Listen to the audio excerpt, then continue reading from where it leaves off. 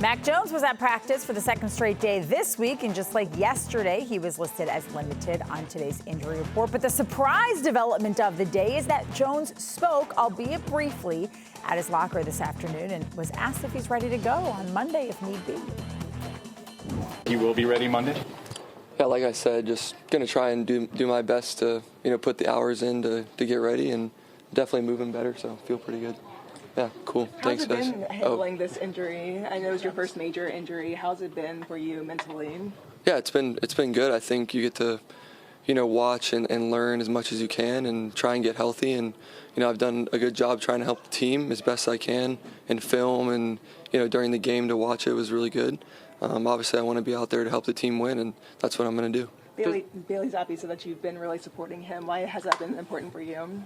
Yeah, I think I've been in these type of situations before, and just whether that's in college or not, if you're in, and you want to have everyone helping you. So he's done a good job stepping up, being a young guy, and I've always had, really good mentors and things like that. So that's my plan. So physically, do you think the ankle is ready to go?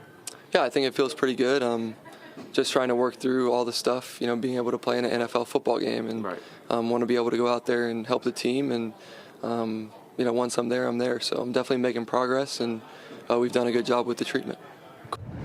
All right, welcome into Arbella Early Edition. We're going to deep dive this. Phil Perry, Marc the Beetle, Bertrand, Trenni Casey here with you. Guys, this is a shocker. I did not think we were going to hear Mac Jones talk today. And I love how, Phil, you were there. I love how he answers one question and he thinks he's like done. He's like, all right, bye, thanks a lot. And then, Chelsea from Channel 7 is like, oh, no, we got a couple more questions for you.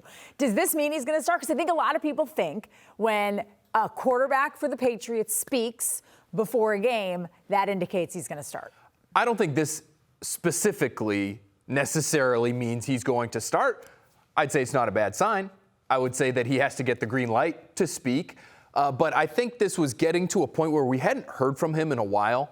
And usually when players are practicing, they're made available at some point. So he started practicing not last Friday, but the Friday before that. My understanding is there had been requests made for Mac Jones to meet with the media that day. And then all of last week, the team basically, Beetle kind of got away with not making him available all last week. So it got to the point this week where he kind of had to, or else I think the league was maybe going to even get involved and say, hey, you're asking for us to get involved here by not making the guy who is your quarterback and one of your most well-known players not available when he should be. Naughty Patriots there, huh?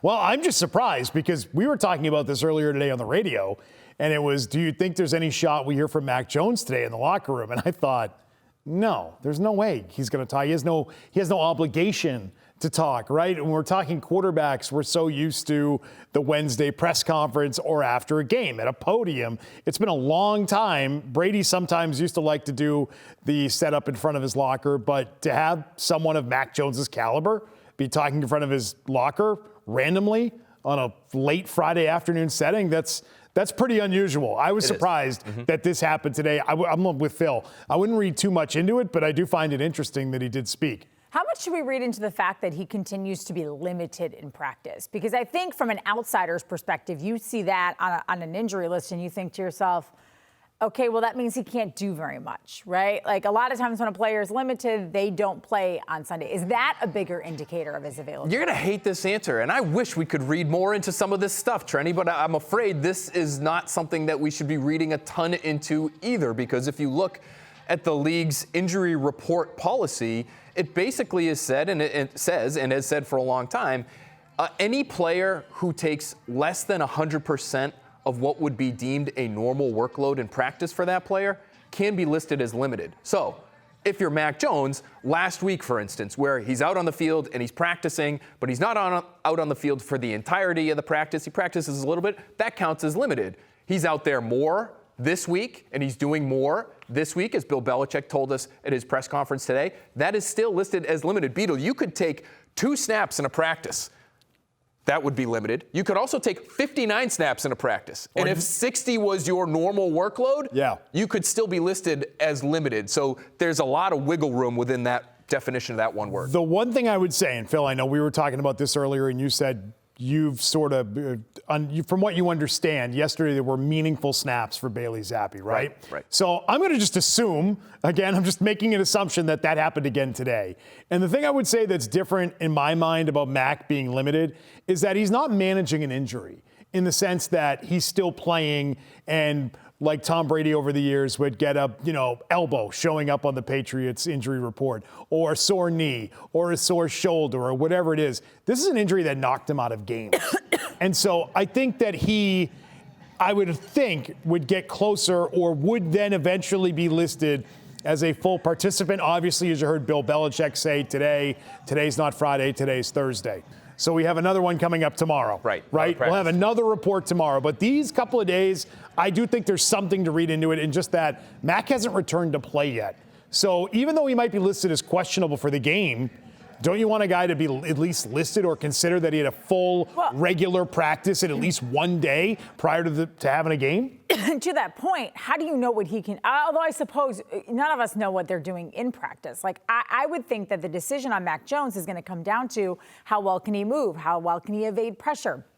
If he does have to move laterally, forward, backwards, gets knocked over, which you're not going to get knocked over in practice, can you get up and keep playing? Because all of those things, and not have the injury get worse. Like, I just feel like there's a lot going on with this injury. And Phil, you've pointed out before that we're on the aggressive end of a 4 to 6 weeks. Like, if he starts, that's 4 weeks and 1 day since the injury. You could do all those things you're talking about, though, in terms of the testing of the injury, while still being a limited participant in practice. They can get a really good look at how he's moving inside the pocket, how he's rolling out if they're asking him to roll out, what a 5-step drop looks like, what a 7-step drop looks like. And I think that matters for this particular injury, because the high ankle, my understanding is with any high ankle injury, it's about stability in the ankle. I don't know if it'll necessarily be a pain tolerance issue whatsoever. It'll be, can you plant and cut? And I think, where maybe he lucks out, quote unquote lucks out, nobody is lucky by having a high ankle injury, but it's the front foot,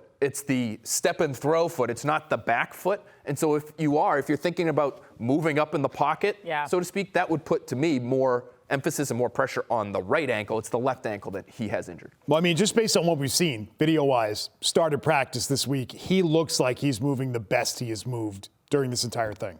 Again, my biggest concern, if I'm the Patriots, a Patriots fan, which we all are in some way, shape, or form, is like, you worry that he goes out there and he makes it worse, because this is an injury that you can actually make worse, and then you lose someone for a longer period of time. I'm also really curious, guys, if Bailey Zappi plays or if Mac Jones plays, is there a big difference on the field in terms of like play calling, right? Like, as you're preparing for the Bears, but even more, maybe more importantly, have we been seeing a different offense for Bailey Zappi than we would see for Mac Jones? Like, what does it look like if Mac Jones is out there? Does it look more like it's looked under Bailey Zappi? And because I think maybe it should.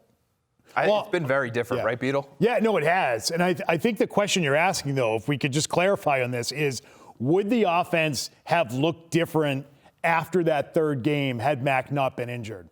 I think that's a really important question, right? Which is, after they come out of the Ravens loss, they're going to Green Bay. How much was going to change for week 4 if Mac hadn't been injured? Because things certainly... Had they looked at what happened those first 3 games and said, this isn't working the way we want it to, so let's change it with Mac. Let's change it regardless of who's behind them. They may have been on the verge of making some more, considerable changes within their offense, even without the injury. And so it's hard to know. We know it looks a lot different with Zappi. We know that things have changed in this offense. The question is, were they about to change even if Mac kept playing? Well, and that's what I wonder. Did they change because they had to, or did they change because Bailey Zappi is there, or did they change because they were like, what we were doing before, we can't ask Mac to do, and we certainly can't ask Bailey Zappi. I think it's probably a little bit of both, but you also look at their opponents these last 3 weeks. These are 3 of the worst, if not the 3 worst, run defenses in all of football, right? So even if Mac Jones is healthy and makes it to that Green Bay Packers game,